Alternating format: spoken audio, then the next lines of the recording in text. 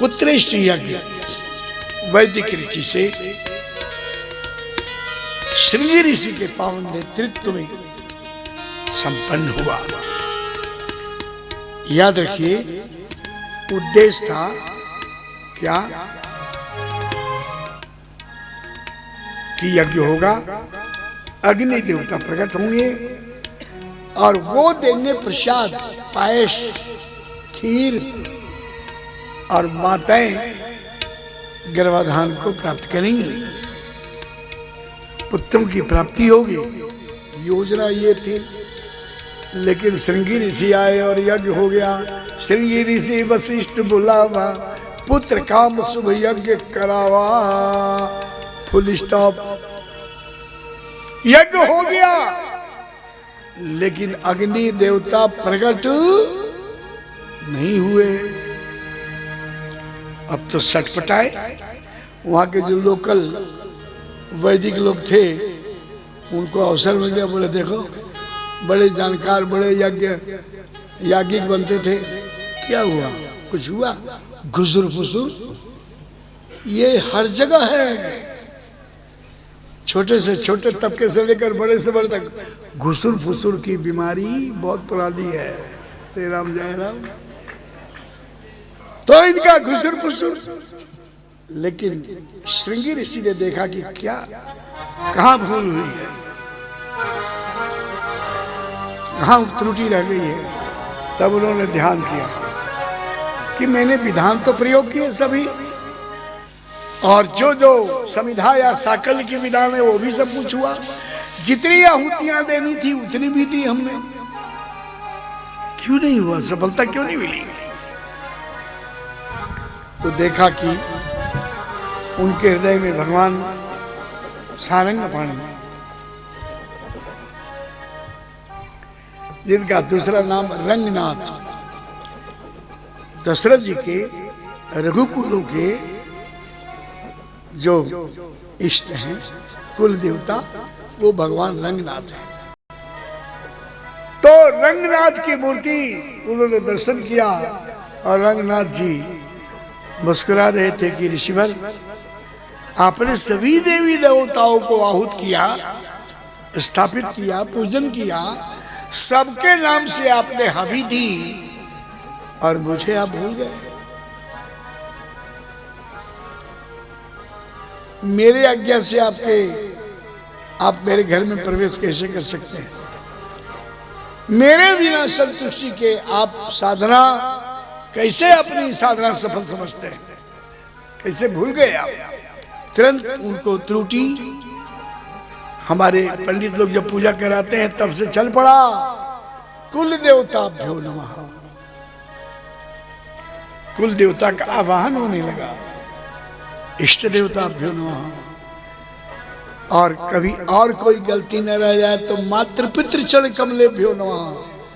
मर गए हो, वो नहीं, जिंदा हो या मर गए हो, उनका आवाहन करना पड़ेगा।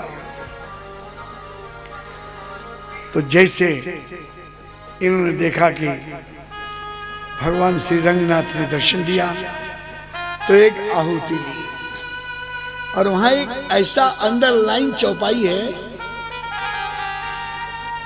भगति सहित मुनि आहुत दीने, भगति सहित मुनि आहुति दीने,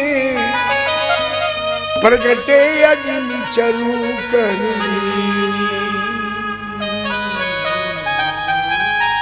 ये भक्ति सहित क्या है भाई? अब तक जो 5 दिनों से यज्ञ चल रहा था वो बिना भक्ति का था क्या? भक्ति का मतलब पूर्ण समर्पण, अपने क्रम, क्रिया, विधान के प्रति, इष्ट के प्रति पूर्ण समर्पण का नाम भक्ति है। तो आज तक ये 5 दिनों से जो यज्ञ चल रहा था, क्या वो श्रद्धाहीन था या भक्तिपूर्ण ही था? नहीं, सब भक्ति के साथ हुआ है। लेकिन यह क्षमा याचना करते हुए प्रायश्चित भी आप कह सकते हैं कि क्षमा करिए प्रभु, गलती हो गई। श्री राम जय राम, प्रेम से बोलो श्री राम जय राम। हरि भगति विशेष आराधना के साथ भगति सहित मुनियाहुति दीने, अब तो प्रगटे अग्नि चरु कर लीने। ये गिटक लगा हुआ था। जब कुल देवता को आहुति दी गई, अब अग्नि देव प्रसन्न होकर के निकले, प्रगटे अग्नि चरु कर लीने। श्री राम जय राम। और कहा कि राजन बधाई हो, सकल काज वा सिद्ध तुम्हारा। दशरथ जी बधाई हो, सकल काज वा सिद्ध तुम्हारा, जो वशिष्ठ कछु हृदय विचारा। ये सांकेतिक भाषा है, सकल काज भा। अरे सकल क्या होता भाई? एक तो काज है पुत्र, 10-20 और, यानी कि तुम्हारे सभी काम। अभी सभी काम कौन से हैं वो तो आगे आएगा ना। अभी तो खाली पुत्र प्राप्ति की बात चल रही है, लेकिन वशिष्ठ जी ने सब कुछ कह दिया कि जो जो तुमने सोचा है या तुम्हारे गुरु जी ने सोचा है, सकल काज वा सिद्ध तुम्हारा, और जो वशिष्ठ कछु हृदय विचारा।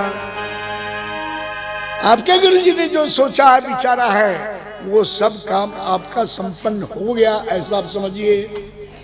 और वशिष्ठ जी ने क्या सोचा था?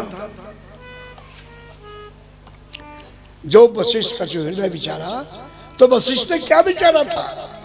यही विचारा था ना कि धरहु धीर हुई है सुतचारी, धरहु धीर हुई है सुतचारी, धरहु धीर हुई है सुतचारी, धरहु धीर हुई है सुतचारी, धरहु धीर हुई है सुतचारी। गाओ